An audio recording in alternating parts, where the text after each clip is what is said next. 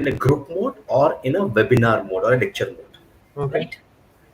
Now, in a lecture mode, what happens? A particular person who is streaming his video is visible to all, but every other participant is only on a view only mode. So their video is not coming into the room.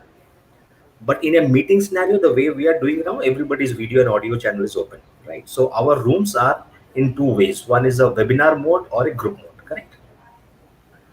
Now, in a webinar mode, also 1,000 people can join in a normal view only mode.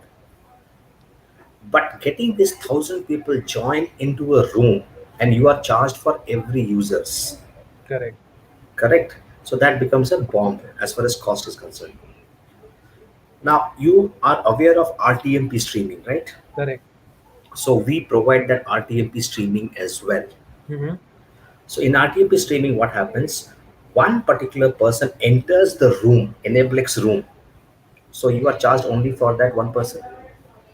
From this Enablex room, you take out the stream and pass it to professional broadcasters. Those are known as CDNs or content delivery networks. So one stream from Enablex room is passed to these CDN servers. So there are Wowzas and Vimeos and YouTubes and everything else available in the market. These content delivery networks can in turn broadcast that stream which you have passed from Enablex room to a larger audience. Mm-hmm. Okay. Right, and that is a very cost efficient figure. So how it works totally, so let me share my screen and explain to you. Can you see my screen now? Yeah, we can see your screen. See, this is the diagram. Mm-hmm. So these are your video sessions happening Correct. from Enablex. It a RTMP stream comes out and goes to a live streaming CDN. Okay. From this CDN, it goes to your end user. Okay. Correct. Mm-hmm. For example, to demonstrate this live to you at this moment, what I am doing right now, this entire meeting which we are hosting right now, I will stream this meeting directly to YouTube right now. You Okay. see how it works. And then we will also see how this meeting from YouTube, I'm just taking an example of YouTube. It can be any other, CDN, right? For Wowzer Vimeo. That stream, how do you play that in your own application? Right? Correct. So what I'm doing right now, I am sharing a link over the chat. Mm-hmm. On your left, there is a chat window. Alistair, did you get that window or the link? Yep, I can see it. So that link, if you open in a browser, just open that link in a different browser, a different tab. Just open that link in a different browser, a different tab. Just open that link in a different browser, a different tab. Just open that link in a different browser, a different tab. Just open that link in a different browser. You can mute the YouTube one or mute this whatsoever. Now see, this entire meeting is now live on YouTube. Can you see that? That link is working now, correct? Mm-hmm. So from this video room, I have actually sent a stream to YouTube and they are playing it live. Yes, when you do this, there will be a small lag of around 2 to 3 seconds. I think the link is working for all. Alistair, Bablu? Yeah. Yes.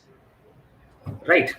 Now that same link, I'm just again sharing my screen and to show you how it works in the application.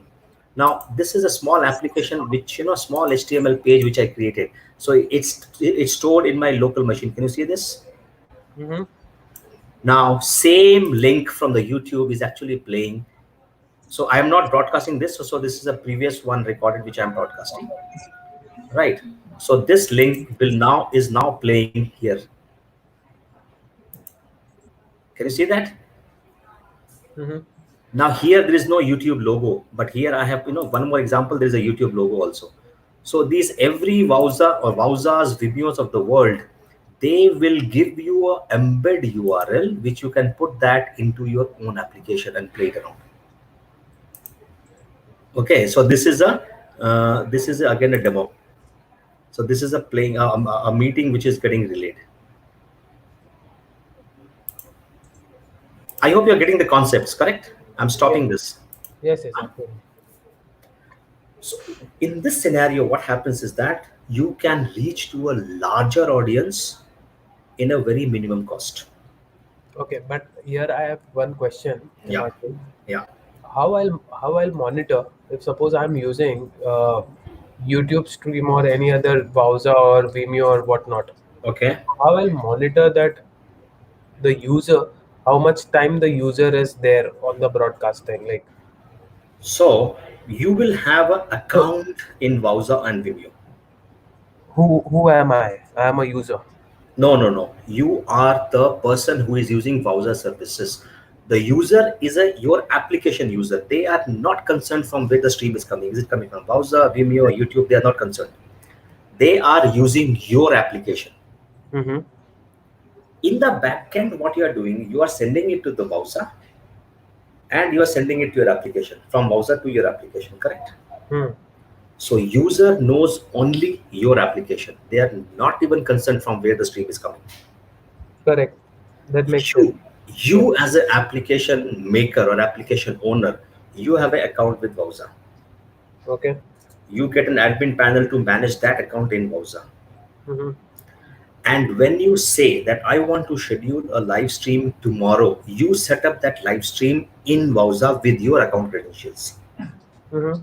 Got your point. Right? You can schedule those streaming. So when you schedule those streaming, you get some server URL and a server key, stream key from that particular setup of Wowza. But I will get when I'm setting it up, correct? Yes. Okay. Not at the time of broadcasting. So when you set it up, you get as a those particular URLs. You can have two. Either you have dynamic URLs, server URLs and server the keys, or you choose a static one which you can hard code or pick up from a database in your application. Because see, I'll let me share one more thing is from here in my UI. Can you see the meeting UI now here? In my UI, I have, okay, let me stop this streaming. I'm stopping this streaming. I have this, I have given these two serve. This is a key and this is my.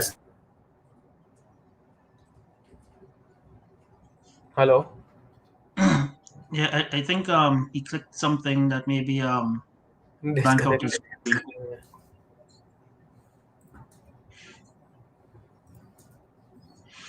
Yeah, so Rishabh, I don't want us to like explain things that you guys already know, because I know this is, you probably have done a lot of stuff like this. I just wanted to get like the high level concept. Correct. The only thing is, Alistair, when I'm creating a program, okay, I'm creating a program, I'll get some IDs. Yeah, I guess he's back. Yeah. I'm sorry, I got logged out. I'm sorry. No problem. Now, when you see, when I want to push it live, when I click on there, it asks certain information from me, right? Uh-huh. So at this URL and this access key, what I'm going to YouTube and simply copying this information. I'm ending the stream. Okay.